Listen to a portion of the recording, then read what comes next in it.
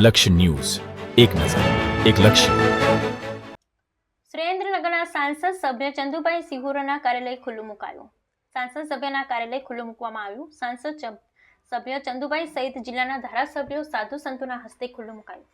લોકસભા વિસ્તારના લોકોના કામકાજ માટે તેમજ કોઈના સૂચનો માટે આ કાર્યાલય ખુલ્લું મૂકવામાં આવ્યું. લોકોના પ્રશ્નો માટે નિરાકરણ આવે તે માટે પ્રયત્ન કરવામાં આવશે. તાજેતરમાં યોજાયેલ લોકસભાની ચૂંટણીમાં ભાજપનો વિજય થયો છે અને દેશમાં ફરી એકવાર વડાપ્રધાન તરીકે નરેન્દ્ર મોદી બન્યા છે. ત્યારે સુરેન્દ્રનગર લોકસભા બેઠકના ભાજપના ઉમેદવાર ચંદુભાઈ સિહોરાનો 2.5 લાખ કરતાં વધુ મતથી વિજય મેળવ્યો હતો. જેના ભાગરૂપે આજ રોજ સુરેન્દ્રનગર જિલ્લા પંચાયત ખાતે સાંસદ સભ્ય ચંદુભાઈ સિહોરાના કાર્યાલયનું ઉદ્ઘાટન કરવામાં આવ્યું હતું. જિલ્લાના લોકોના પ્રશ્નો કે કોઈ સૂચનો મળી શકે અને જિલ્લાના રહીશો પોતાના કામ કે પછી કોઈ કામકાજ માટે કાર્યાલય પર આવી શકે તે માટે કાર્યાલય શરૂ કરવામાં આવ્યું છે.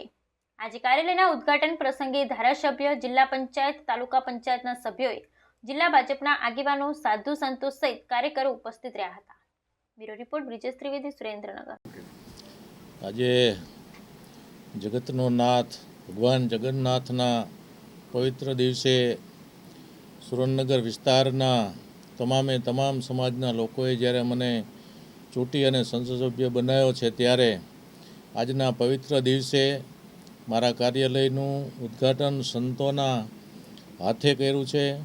આ વિસ્તારના તમામ ધારાસભ્યો પણ હાજર છે, જિલ્લા સંગઠનના પ્રમુખ પણ હાજર છે, જિલ્લા પંચાયતના ચૂંટાયેલા સભ્યો, સંગઠનની વિવિધ જવાબદારી સંભાળતા તમામ આગેવાનો અને આ જિલ્લાના વરિષ્ઠ આગેવાનોની હાજરીમાં આજે જ્યારે મારા કાર્યાલયનું ઓપનિંગ કરવામાં આવ્યું છે, ત્યારે હું આ વિસ્તારના કામો માટે સતત જાગૃત રહી અને જ્યારે દિલ્હી ન હોઉં ત્યારે આ વિસ્તારમાં હું દર સોમવારે મારી હાજરી આપવાનો છું. સાથે આ દિવસે દરેક કચેરીના મુખ્ય અધિકારી હાજર રહે અને એની સાથે આ વિસ્તારના પ્રશ્નોની વિસ્તૃત ચર્ચા કરી અને લોકોની સુખાકારીમાં લોકોના કામો કેમ સરળતાથી આપણે પાર કરી શકીએ એના માટેના સતત પ્રયત્નો કરી અને આ વિસ્તાર માટે હું સતત જાગૃત રહીને કામ કરવાનો છું. ત્યારે આજના આ દિવસે હું સુરેન્દ્રનગર વિસ્તારના તમામ સમાજના લોકોને વિનંતી કરું છું કે તમારા જે કંઈ પ્રશ્નો હોય તે દર સોમવારે હું જ્યારે આ ક્ષેત્રમાં દિલ્હી ન હોઉં ને આ સુરેન્દ્રનગર વિસ્તારમાં હોઉં ત્યારે હાજર રહેવાનો છું.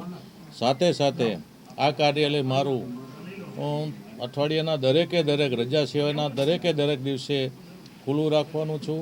મારો 2 માણસ પણ અહીં રાખવાનો છું. ત્યારે આપના બધા જે કંઈ પ્રશ્નો હોય એ હું હાજર ન હોય ત્યારે અહીં કાર્યાલય સંભાળતા જવાબદાર વ્યક્તિને તમે તમારા કામ સોંપી શકો છો અને ખુલ્લા મનથી બધા જ મારી પાસે કામ લઈને આવો એવી વિનંતી પણ બધાને કરું છું.